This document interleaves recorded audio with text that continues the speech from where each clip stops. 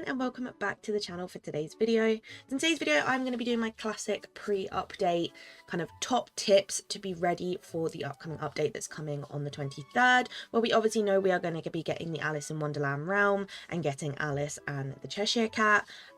So these are kind of my main things that I would say to get prepped, kind of think about. There are obviously going to be other things that you will do individually on your own to prep, but this is like my main things that I feel like just always work really well to make sure you're prepped, and some of them are definitely more important than others to ensure that you can unlock the realm on update day. You can obviously get stuck in with the star path and things like that, but if you do have any more that you think of that I don't mention in this video, please leave them in the comments down below for the rest of the community to help each other out and give each other some tips and tricks. But let's get started. So my first tip, which is definitely the one I feel like is going to be the most important overall, is to make sure you have got enough Dreamlight. Now, as we know, that Alice and the Cheshire Cat are coming in a realm. Realms always cost Dreamlight, which is obviously a currency in game that you can get through different Dreamlight tasks, as well as digging them out of the ground and using the shards and things like that. Obviously, if you are an experienced player, you probably know all about Dreamlight, but if you are a newer player,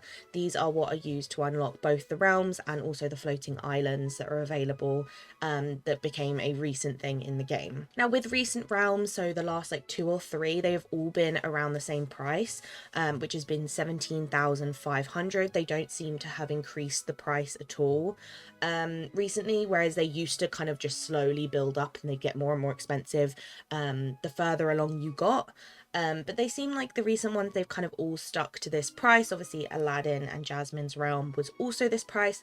So I'd say the kind of prediction, at least in my eyes, is that this realm is also going to cost 17,500. But I would make sure you have around 20,000 just in case, because obviously I could be wrong. They could decide to increase the price with this realm. You never know because they don't really tell you. But always having a bit of extra Dreamlight is always handy anyway.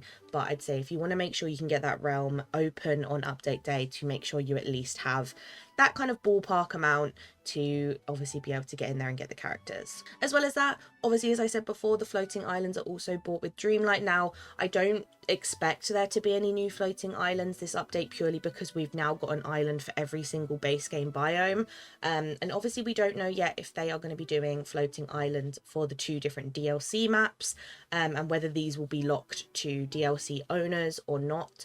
So I would say I think the chances are probably quite slim, but you never know. So if you are someone who is interested in obviously getting all the floating islands, the extra Dreamlight will help for that as well, but we don't know yet if any more of those are coming. The only thing we are 100% certain on is obviously the brand new realm. As well as that, you may need some extra Dreamlight for the star path. Sometimes you have to craft things in the star path that cost Dreamlight, so it is always good to have a little bit extra so you can complete that as quickly and as easily as possible. Now, tip number 2, which again is going back to the whole point of the star path, is to prepare for the star path. Now, if you are new into the game and you don't know, star paths are like a battle pass essentially. They're a limited time path in the game that come with updates, where we get all new items, and we have to do tasks in the game to be able to get tokens to unlock the items. Now, this does cost moonstones, so if you don't have moonstones, maybe think about making sure you log on every day and get your blue chests. These give you 50 moonstones every day.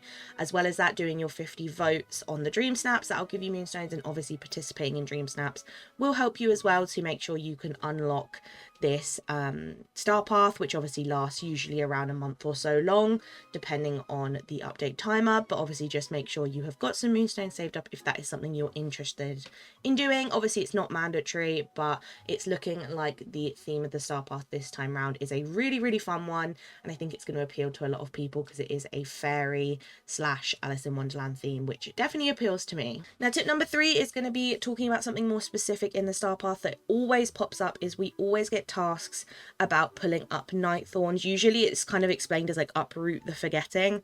This basically just means to remove night thorns in your biomes.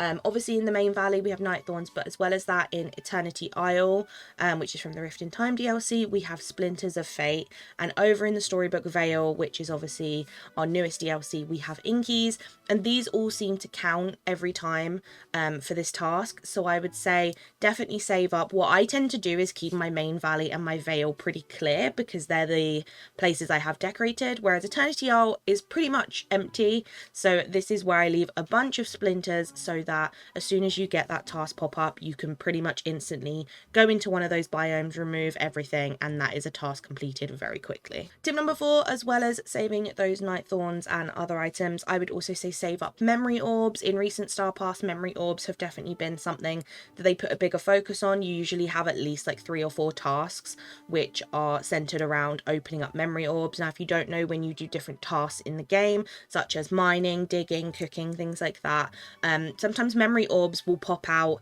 and you open them and they either give you a coin or they give you a piece of a memory photo that are in your collections.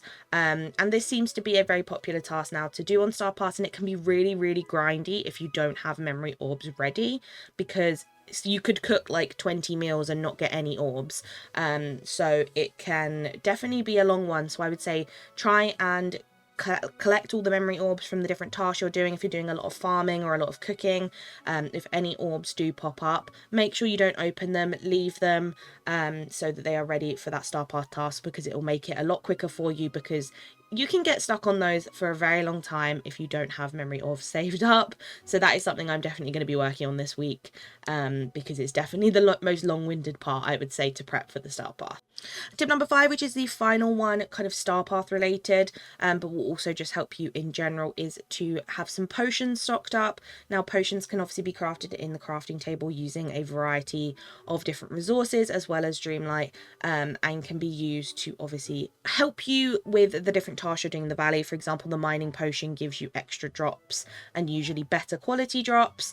The growth potion means your plants and crops will grow instantly when you use this potion to water them, etc, etc. There's kind of a potion for most of the main tasks in the game, and these can really, really help when it comes to the Star Path, because if, for example, you have a task to find a specific gem when mining, so for example diamonds, if you use a potion on your pickaxe and then go up to the Forgotten Lands and kind of do a few laps to try and get diamonds, the chances are that you will get them much, much quicker with a potion on your tool. So that is something to be aware of, that it can really, really help you in the Star Path. It is not a mandatory thing because potions are quite expensive to craft, and usually during the Star Path there are tasks to do potions and to make potions, so that is something to be aware of.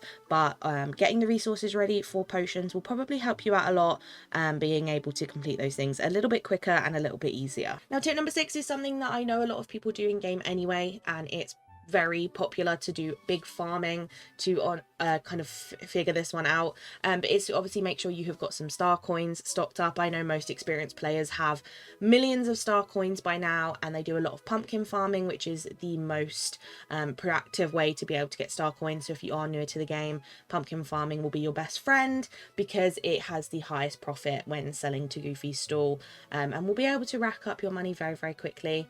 But I would say make sure you got some star coins as always, and the main reason for this, obviously the first one, is to be able to pick up the new items coming to Scrooge's store. During every update, we've been getting a really nice big collection of items, not only in our main Scrooges, but also in the Vale. If you have the Storybook Vale DLC, we've been getting some Vale themed items, and then as well as ones that fit like the realm and the characters coming. Like last update, we had a load of Aladdin themed items, but we also had a lot in the Vale as well. So I'd say if you want to pick these up and make sure you can obviously get your hands on these new items, you will need to make sure you have the money stocked up, and obviously be able to pick these up so you can start decorating with them. As well as that, tip number 7, again with star coins, is to obviously be able to afford the new houses. Now with the 2 characters coming, it appears like they're going to have their own house. Alice is going to have a really cute little cottage, and the Cheshire Cat is going to have his obviously iconic tree. So that is something to be aware of, that you will need to probably purchase both of these houses. Usually houses in the game are around 20,000 star coins. It completely depends on the character, sometimes they're different, but I would say make sure you have at least enough to get both those houses if you obviously want to place them down in your valley and start decorating around their house and all of that stuff. And obviously once you place their house down, the characters will come to the valley and be permanent residents there, so you will need star coins in order to do that. Tip number 8, which is something that I don't think will be a huge factor in this update, but it's something to be aware of, is sometimes the characters that arrive have quests with other characters in the valley, and sometimes you can't complete these quests unless you have the other characters or have the other characters leveled up. Now obviously when Aladdin and Jasmine came, they did have some quests regarding other characters. Some of these were really easy to complete because, for example, Scrooge you have from the start of the game, so questing with Aladdin and Scrooge was super easy, whereas with obviously Jasmine we had some of the more original characters like Moana and Elsa, but you may be someone who's newer to the game who doesn't quite have them yet. So we don't know yet obviously who Alice and the Cheshire Cat are going to interact with specifically, but as there's no one else from the Alice in Wonderland franchise in the game currently before these two, I don't think there'll be any characters that are really specific that you need to get leveled up with, but it's just something to be aware of, that they may need to interact with more of those early game characters, but it doesn't tend to be characters that are newer, it tends to be the OG ones. So as long as you have those guys, I feel like it'd be pretty easy to quest with them. Now tip number 9 is something just related again to their questing. We never know how their quests are going to be, what the storylines are going to be, until we kind of see little teasers of it, or we obviously get the characters and start exploring. But a lot of the questing a lot of the time will involve crafting things or making things, and obviously to do that you need the resources stocked up. So I would just make sure you have a good stock of all the basic resources. Obviously we are getting a table that breaks down all of the craftable items and gives you back the resources, so that will be great in helping with resources if you have a bunch of crafted stuff that you never ever use, and you can obviously get all the resources back. For example, in the last star path we had to make 2 big swimming pools, which was a lot of stone, so if you're not interested in having these swimming pools, you can now just break them down, get the resources back, and that will help out a lot with having the resources just in case they do need them for questing, or again for another star path task this time round. And my final tip, tip number 10, is just to prep yourself and your valley for Alice and the Cheshire Cat coming. Now, as far as we're aware from the wording of the developer video, it seems like we can pretty much get Alice instantly from the realm, whereas Cheshire Cat seems like he's going to take a couple weeks to progress with and unlock. It's kind of like a time gated character, which is something that's really interesting because I definitely wasn't expecting that. So I feel like prepping for Alice first is probably the most productive one because we seem like we can get her pretty much straight away, but obviously making sure you are ready to introduce them to the valley. Think about where you want to put their house, and all the stuff that you want to do with them. Obviously it's just going to get you excited for the update and feel prepared for when they arrive. So I hope those tricks help you out. Obviously these are just my tips, these are what I do before the update to prepare. Honestly, out of the list, the main ones that I'm really going to be focusing on is obviously collecting Dreamlight for the realm, making sure I have memory orbs and night thorns and things like that stocked up for the star path, and just making sure I am ready to complete all of those tasks, because all those star path items I'm going to need instantly because the star path is looking incredible, and obviously I want to unlock Alice and see the Wonderland realm as soon as I get on update day, and I'm sure a lot of you guys feel the same.